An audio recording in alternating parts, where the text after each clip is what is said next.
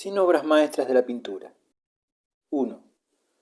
Pisanello, retrato de una princesa de la familia de este, hacia 1441-1443, Museo del Louvre, París, temple sobre madera, 43 por 30 centímetros. Antonio Pisano, llamado Pisanello, nació hacia 1395, probablemente en Padua. Su padre fue relojero en Pisa, de ahí su apellido. Pisanello recibió su primera instrucción en Verona, fue medallista de gran fama y talento extraordinario y viajó extensamente para ejecutar retratos en medallas de los más famosos príncipes de su época y para pintar frescos y retratos. Mantua, Milán, Rímini, Nápoles y Ferrara se cuentan entre los centros culturales que visitó. Estuvo en Venecia probablemente desde 1415 a 1422 para pintar frescos, destruido posteriormente. En el Palacio de los Dogos, en 1431 fue llamado a Roma para terminar los frescos comenzados por Gentili da Fabriano en la iglesia de San Juan de Letrán. También esta obra se ha perdido. Sus frescos más importantes, que aún existen, están en las iglesias de San Fermo y Santa Anastasia en Verona. Es probable que muchos cuadros de Pisanello hayan sido destruidos también. El pintor murió hacia 1455, dejando una gran colección de medallas y de cuños, muchos dibujos, de los que hay gran número en el Museo del Louvre, y 7 cuadros, 5 de los cuales están en tableros conservados en museos. Pisanello puede ser descrito brevemente como un miembro de la escuela italiana del norte, que pintó según el estilo gótico internacional. Dicho estilo resulta aparente en su retrato de una princesa de la familia de Este. El cuadro tiene la cualidad de las obras francesas y flamencas medievales primitivas. Es más ilustrativo que espiritual. La joven dama es evidentemente una aristócrata y todo el cuadro tiene la lozana calidad adecuada a su edad.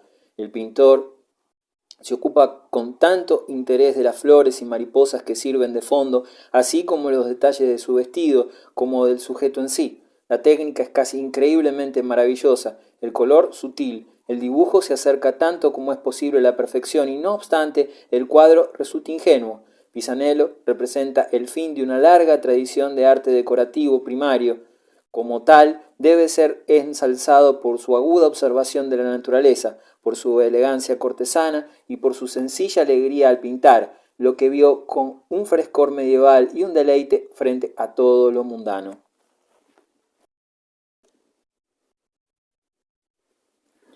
Fra Angelico. La Anunciación, hacia 1439-1445.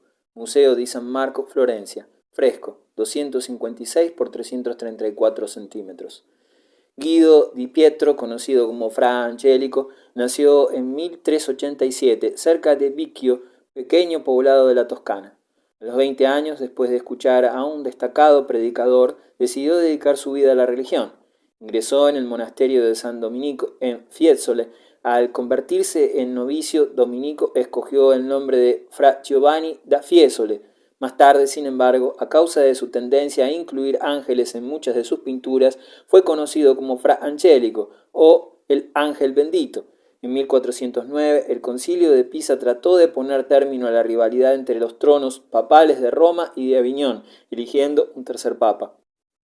Esto causó una confusión considerable entre la masa de creyentes, debido a que Fra Angelico y su hermano Benedetto, que había ingresado en una orden religiosa, se mostraron partidarios del Papa de Roma, no tuvieron más remedio que abandonar el monasterio de Fiesole. Viajaron juntos por la región florentina hasta Cortona, donde vivieron durante 5 años. En 1418, el Concilio de Constanza zanjó la disputa papal y eligió papa a Martín V. Esto permitió a Angelico y a su hermano regresar a Fiesole, donde permanecieron hasta 1435. Fra Angelico empezó a pintar hacia 1418, después de su encuentro con don Lorenzo Mónaco, famoso miniaturista, y pasó algún tiempo iluminando manuscritos en el monasterio. La primera obra importante de Fra Angelico fue una anunciación para el monasterio de San Alessandro en Brescia en 1432. Al año siguiente, el gremio florentino de lenceros le encargó la pintura de un retablo. Angelico tuvo muchos alumnos y ayudantes que colaboraron con él, de modo que muchas pinturas que se le atribuyen son en realidad obra de su taller. En 1435 la Hermandad de Angelico se trasladó a Florencia, por entonces bajo el dominio de Cosimo de' Medici, abuelo de Lorenzo. Bajo la protección de Cosimo, Fra Angelico decoró los vestíbulos, los pasillos y las celdas de su monasterio. En 1442 fue invitado a Roma por el Papa Eugenio IV y pintó allí una serie de frescos. En 1449, Fra Angelico, considerado el artista más famoso de su época, regresó a Fiesole. Murió en 1455 durante otra estancia en Roma. La pintura de Fra Angelico se distingue por su profundo contenido religioso. Como miembro de una orden dominica, pasó su vida enclaustrado y su arte se desarrolló al servicio de la Iglesia.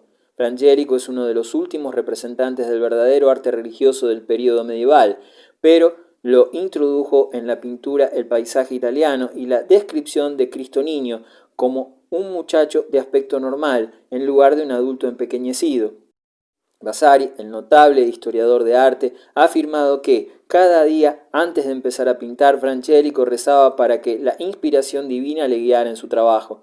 Para Fra Angelico, el paraíso era real y podía ser pintado como una visión de dicha celestial. Cuando pintaba una crucifixión, escribe Vasari, le resbalaban las lágrimas por las mejillas. Fra Angelico pintó ángeles y santos de tanta belleza que Miguel Ángel declaró: sin duda, este buen monje ha visitado el paraíso. Angelico fue conocido como un ser santo, amable y modesto, que nunca dio muestras de cólera, de envidia ni de descontento. Lo que resultaba único en su trabajo es que, aunque fue un monje profundamente religioso, asimiló parte de los principios de plasticidad y de las cualidades del nuevo humanismo, que echaba raíces en Italia. Fue capaz de sintetizar una expresión religiosa con una belleza mundana. Sus frescos en las paredes del claustro de San Marco, en los pasillos del dormitorio de los monjes y en las celdas donde vivieron, describen escenas de la vida de Cristo, cual vívidos y constantes recordatorios para la meditación y la plegaria. La Anunciación, pintada en esas paredes, describe la aparición del ángel Gabriel a la Virgen María, la unión en Cristo de la divinidad y la humanidad. Es una de las pinturas más famosas de Fra Angelico.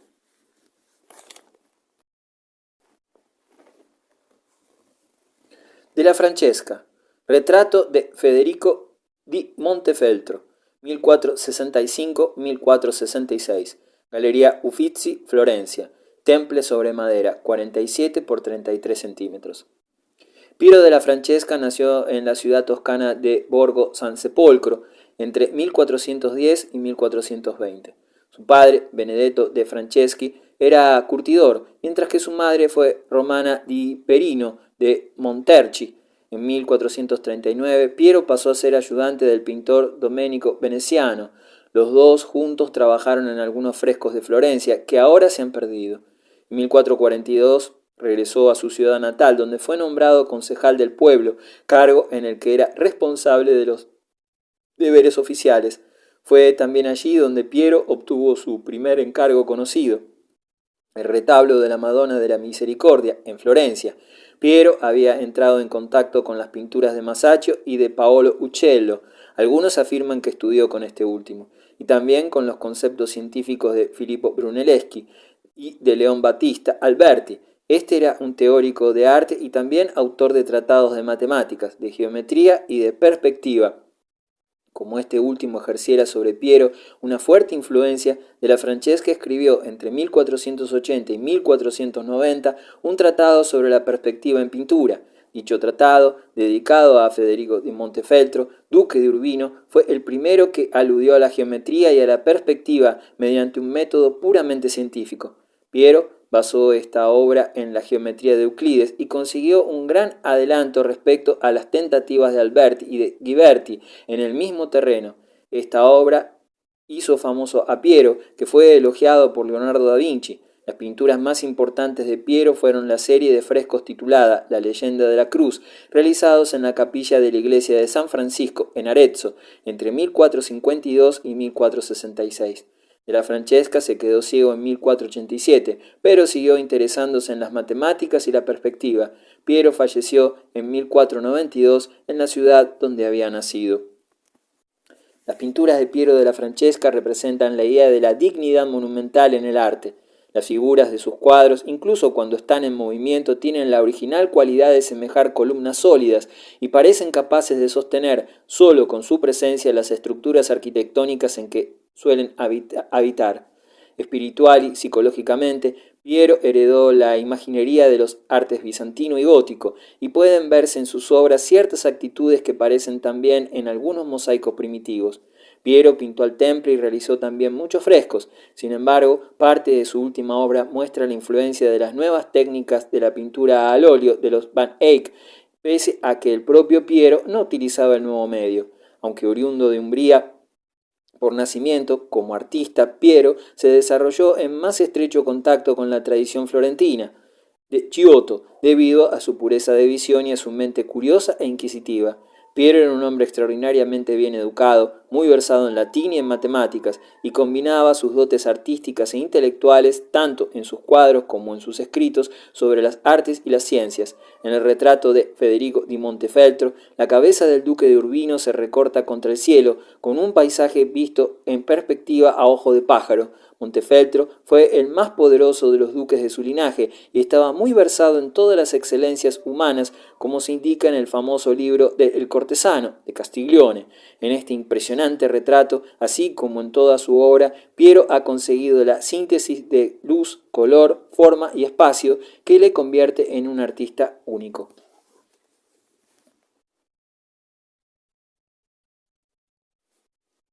Sacetta. Viaje de los magos hacia 1430. Metropolitan Museum of Art, Nueva York. Temple sobre madera, 21 por 29 centímetros. Stefano di Giovanni, conocido más tarde como Sacetta, nació en 1392. Su lugar de nacimiento es desconocido, pero sabemos que ingresó en el gremio sienés de pintores en 1428. Siena, con su larga tradición de actividad artística y religiosa, se convirtió en su verdadero hogar. Fue allí donde recibió las influencias medievales que había de conservar durante toda su vida. En 1431, Sacetta trabajó junto con muchos artistas distinguidos en la famosa pila bautismal del capítulo catedralicio en Siena. En 1444 completó el retablo para la iglesia de San Francisco en Borgo, San Sepolcro. Su pintura, San Francisco desposado con la pobreza, debió de conseguirle la admiración de sus contemporáneos, aunque esta gran obra no le impidió morir en la pobreza en 1450, dejando una familia sin recursos económicos. Fue un hombre sencillo a quien no afectó el clima de cambio intelectual de su época. Su nombre permaneció en el olvido hasta principios del siglo XX. En tiempos de Sacetta, el gran estilo de pintura medieval estaba en franca decadencia. En Italia y particularmente en Florencia existían nuevas energías artísticas conducentes al desarrollo de otras formas de expresión y en general a nuevas pinturas. Sacetta redimió en cierto modo este estilo medieval al que la mayor parte de los artistas había empezado ya a volver la espalda. Aprendió las nuevas técnicas de modelado, de la anatomía y de la perspectiva y sin embargo las aplicó sin cesar a su propio estilo devocional y decorativo, de espíritu completamente medieval. Sacetta es considerado el último y más imaginativo intérprete de ese espíritu. Sus cuadros muestran una imagen gentil, casi ingenua de los episodios de la historia religiosa. Para él, lo mismo que para tantos grandes pintores medievales, el cuadro y lo que significa espiritualmente son el elemento crítico. La personalidad del artista no debe interferir en la representación puramente pictórica de un significado espiritual. No podemos dejar de admirar en el viaje de los magos el movimiento espontáneo y sin embargo firme de las figuras que avanzan hacia Cristo Niño. La estrella, abajo, a la derecha, parece significar que se acercan al final de su viaje. Sacetta no vio nada extraño en la indumentaria de las figuras. Los tres reyes magos están representados como jinetes sieneses. Para un pintor medieval enraizado en su fe, no existe ninguna necesidad de investigar lo remoto en una representación de la historia bíblica. La verdad de su fe está tan próxima a sí mismo que puede representar a esas personas de una manera convencional, sin disminuir su significado religioso.